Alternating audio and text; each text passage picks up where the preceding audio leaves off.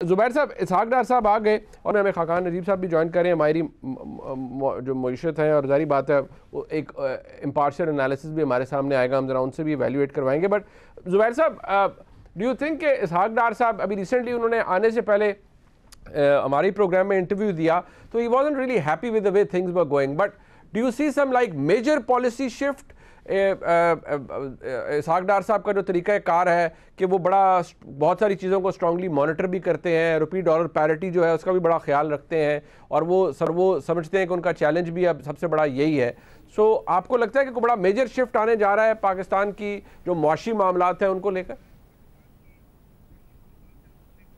जी, दो चीज़ें होती हैं। एक तो ये होती है जो फाइनेंशियल मार्केट्स को मैनेज करने के लिए, चाहे वो बॉन्ड मार्केट्स हों या करेंसी मार्केट्स हों, स्टॉक एक्सचेंज हो या दूसरी मार्केट्स हों, फाइनेंशियल मार्केट्स, फाइनेंशियल इंस्टीट्यूशंस वगैरह हो, उसमें जो एक ज़ाहिर है बहुत से एस्पेक्ट्स होते हैं जिसको मिला के आपकी एक पॉलिसी बनती है और उसके पॉजिटिव असरात देखने शुरू करते हैं। लेकिन उसमें जो बुनियादी है वो मार्केट्स को कॉन्फिडेंस देना होता है। मार्केट्स ऊपर या नीचे जाना सबसे ज़्यादा होता है एक माहौल, एक मोमेंटम बनता है, और मोमेंटम बनता है एक कॉन्फिडेंस हासिल होने से। और वो एक इसहाक डार की सूरत में ज़ाहिर है पाकिस्तान की जो मार्केट्स हैं, इंक्लूडिंग इंटरनेशनल कम्युनिटी, बैंकर्स वगैरह, फाइनेंशियल इंस्टीट्यूशंस वगैरह, वो इस वक्त इसहाक डार साहब का बैकग्राउंड भी जानते हैं, उनका ये भी कंट्रीब्यूशन भी जानते हैं कि वो उस वक्त वज़ीर ख़जाना थे जब पाकिस्तान ने मेजर इकोनॉमिक गेंस किए थे 2013 से लेकर 2017 तक। उससे पहले वो 1.5 साल तक थे। 98 में जब न्यूक्लियर डेटोनेशन हुआ उसके फ़ौरन बाद वो वज़ीर ख़जाना बने थे और पाकिस्तान पर सैंक्शंस लग चुकी थी, बुरी हालत थी, वहाँ से उन्होंने इकॉनमी को निकाला था।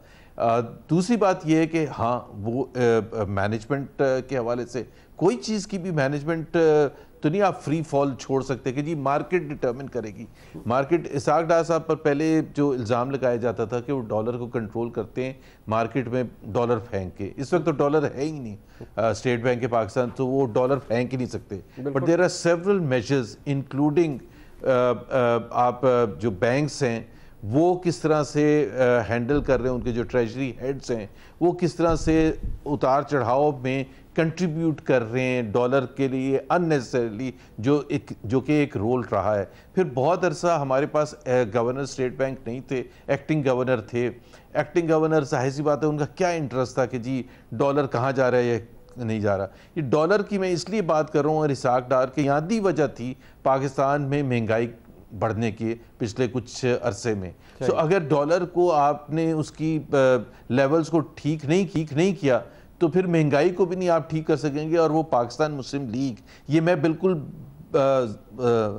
खुल के बात कर रहा हूँ कि ये कहना कि जी हमें ये कंसर्न नहीं है कि हमारा पॉलिटिकल कैपिटल कितना ख़राब होता है। ऑफ कोर्स हमें कंसर्न है कि पॉलिटिकल कैपिटल हमारा कितना ख़राब है, और हम इकोनॉमी को ठीक करने की ज़रूरत दो वजह से, एक तो economy for itself, but most important also this is political economy. Masses हैं, लोअर मिडिल क्लास है, मिडिल क्लास है, आप उनको मार के घरों से रोडों पर निकाल के तो नहीं इकोनॉमी ठीक करते हैं। आपको इकोनॉमी ठीक करने का मतलब यह है कि खुशहाली लेके आए, बेहतरी लेके आए, और फिर आप अवाब के पास जाएं। एग्जैक्टली, टारगेट भी है। आसमा शाही साहब, before I could go to Khaqan Najeeb साहब, एक बात ये बड़ी अपनी जगह मौजूद है कि इसका एक सियासी एंगल है, इसहाक डार साहब का वापस आना। लेकिन मिफ्ता साहब ने काम किया, जारी बात है पाकिस्तान बड़े मुश्किल हालात में था। मिफ्ता साहब कहते रहे आपके प्रोग्राम में, हर जगह उन्होंने एक ही बात की कि पाकिस्तान के लिए ज़रूरी था, पाकिस्तानी मईशत के लिए, कि मुश्किल फ़ैसले लिए जाएँ। बट आपको लगता है, क्योंकि अभी ज़ुबैर साहब ने तो इसको एक्नॉलेज किया कि ये पॉलिटिकल इकॉनमी है, हमने अपने जो वोटर सपोर्टर है उसको भी रिलीफ देना है, पाकिस्तान की आवाम को रिलीफ देना है, तब आप लोगों से इन रिटर्न कोई वोट एक्सपेक्ट कर सकते हैं। आपको लगता है कि ये इकॉनमी आई कम करना ज़्यादा इम्पॉर्टेंट चीज़ है, या मुस्लिम लीग नून को वो फिक्र ज़्यादा खाई जा रही थी कि किस तरह से अफेक्ट हो रही है पाकिस्तान की मुस्लिम लीग नून का जो पॉलिटिकल कैपिटल है, जिसका इजहार शायद उस ऑडियो लीक के अंदर भी मौजूद है जो कॉन्वर्सेशन मरीम नवाज शरीफ साहबा की शहबाज शरीफ साहब से हो रही। देखिए, दोनों चीज़ें होती हैं, मगर ये कहना कि कोई पॉलिटिकल पार्टी जो है वो सिर्फ सियासत के लिए नहीं बल्कि रियासत के लिए आती है, तो ऐसा नहीं होता। पॉलिटिकल पार्टियों के इंटरेस्ट होते हैं। पॉलिटिकल पार्टियां अपने जो इंटरेस्ट हैं उनका भी दिफा करती हैं और रियासत का भी करती हैं, और इसमें कोई दो राय नहीं है कि जब ये इत्तेहाद आया था तो बहुत बुरी सूरत हाल थी और उसमें से एक रीज़न ये भी थी, लेकिन इसके अंदर बहुत सी और भी रीजंस थी जिसकी वजह से PMLN या पीपल्स पार्टी जो है उन्होंने मिलके इस अलायंस को बनाया, या मौलाना फजलुर रहमान ने। तो ये कहना कि ये प्योरली एक चीज़ के लिए आए थे तो मेरा ख्याल है कि ये तो गलत होगा। ये अपनी पॉलिटिकल इन्वेस्टमेंट के लिए आए थे, ये अपनी पॉलिटिकल परसेप्शन के लिए आए थे, ये अपनी पॉलिटिकल कैपिटलिज्म के लिए आए थे, और इसमें कोई दो राय नहीं है कि जो मुश्किल तरीन वक्त था वो मिफ्ता इस्माइल ने जो है वो किया। मुश्किल तरीन फैसले उनसे लिए भी गए और उन्होंने किए भी, मगर अब एक ऐसी स्टेज ज़रूर आ गई थी कि जिसके ऊपर इनको अपने पॉलिटिकल परसेप्शन को बचाना था। और जाहिर है कि PMLN हो या पीपल्स पार्टी हो, अगर अगले इंतखाबात में उनको जाना था तो वो इस महंगाई के साथ तो कतई तौर पर नहीं जा सकते थे। तो जितने भी फैसले उन्होंने एक अनइलेक्टेड शख्सियत से करवा दिए या एक टेक्नोक्रेट से करवा लिए, और उसके बाद फिर अब जाहिर है कि डार साहब आए हैं और डार साहब का एक अच्छा रिकॉर्ड है, वो समझते हैं कि महंगाई को किस तरह से कम करना है, और बहुत सारी चीज़ें बीच में जो हर्डल्स थी वो हर्डल्स ख़त्म हुई हैं, जिसके बाद जो है वो अब पूरे कॉन्फिडेंस के साथ, आज वो कॉन्फिडेंस आपको उस बॉडी लैंग्वेज में भी नज़र आया जो प्राइम मिनिस्टर ने आज जिस तरह से प्रेस कॉन्फ्रेंस की, उनकी बॉडी लैंग्वेज में भी, और डार साहब के आने के बाद जो मार्केट का कॉन्फिडेंस था वो भी सामने आ गया।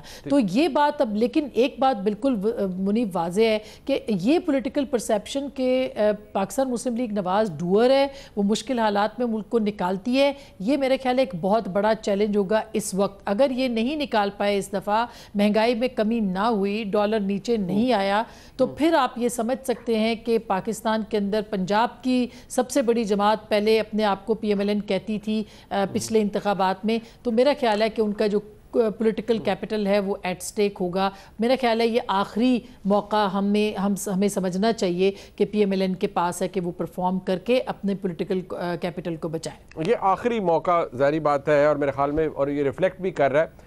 खान साहब ये बताइएगा, ऑब्वियसली हमने एक डाउनवर्ड ट्रेंड पहले भी डॉलर का देखा था, लेकिन एकदम दोबारा से फिर वो अपवर्ड ट्रेंड आ गया और दोबारा डॉलर 240 से भी ऊपर चला गया। अब इसहाक डार साहब अभी आए हैं, ऑब्वियसली कल वो अपने बैसियत वज़ीर ख़जाना अपना काम फॉर्मली शुरू करेंगे, बट ये बात उन्होंने ख़ुद भी कही कि जब वो एक डाउनवर्ड ट्रेंड नज़र आया है, आपको क्या नज़र आता है कि ये शायद जो उनकी रेपुटेशन है इसहाक डार साहब की और जो उनकी बहुत सारी चीज़ों की मैनेजमेंट है, ये उसका रिफ्लेक्शन है कि मार्केट भी ऐसी रिस्पॉन्ड कर रही है, डॉलर भी इसीलिए नीचे आ रहा है, और शायद ये कॉन्टीन्यूटी रहेगी कि डाउनवर्ड ट्रेंड ही लगता है आपको रहेगा?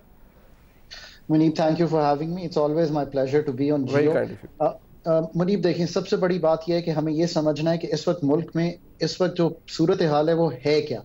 वो ये है कि डॉलर लिक्विडिटी क्रंच है इस वक्त पाकिस्तान में, यानी कि डॉलर्स जो हैं उनकी एक शॉर्टफॉल सी है, सप्लाई कम है, डिमांड बढ़ती रही है, जिसकी वजह से आप ये सारा सिनेरियो देख रहे हैं डिस्कम्फर्ट का।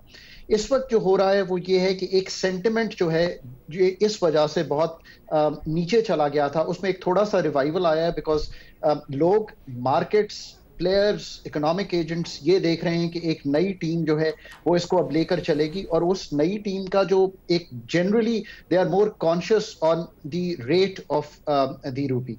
एक ये बात है। दूसरा, कुछ फंडामेंटल्स चेंज हो गए हैं। फंडामेंटल्स इस तरह से चेंज हो गए हैं कि आप ये देखिए कि ब्रेंट की कीमत जो कि $120 पे थी वो आज $80 को नीचे तोड़ गई है। इससे हमारा इंपोर्ट बिल जो है वो बहुत इफेक्ट होता है। मैं आज सुबह ही एक फंड मैनेजर से डिस्कशन कर रहा था इंटरनेशनली, और वो मुझे बता रहे थे कि निकल, कॉपर, आयरन ओर, एल्यूमिनियम, सब जो कमोडिटीज हैं उनकी कीमत में एक गिरावट सी दिखाई दे रही है। सो एक इंटरनेशनल सिनेरियो चेंज हुआ।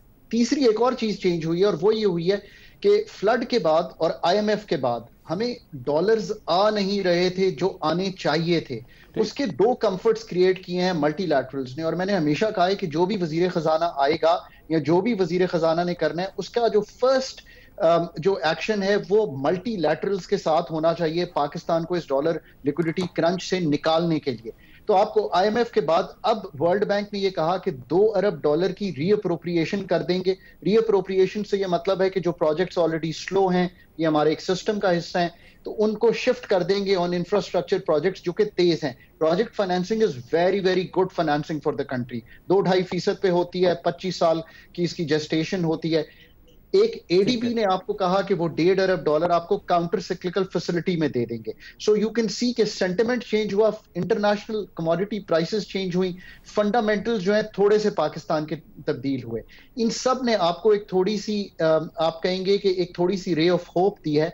पाकिस्तान को अब अपने डॉलर रिजर्व्स को बिल्ड करना है, ये पहला और आखिरी टास्क है for the next 3 months. $8.5 billion के फॉरेन एक्सचेंज रिजर्व्स हैं, ये बिल्कुल कंफर्टेबल पोजीशन नहीं है। ये $1.16 अरब के बाद हमने फंड से लिए थे। अगर यहाँ पे हम फंड का प्रोग्राम रीनिगोशिएट कर लेते हैं, जो कि मुनीब हमें करना चाहिए, और ये मैं क्यों कहता हूँ, मुनीब हमारी ग्रोथ रेट 5% हमने लिया, 3.5% IMF ने लिया, अब ये कहीं भी 2% से ऊपर जाता दिखाई नहीं दे रहा। एग्रीकल्चर में हिट ली है हमने इंफ्रास्ट्रक्चर में हिट ली है।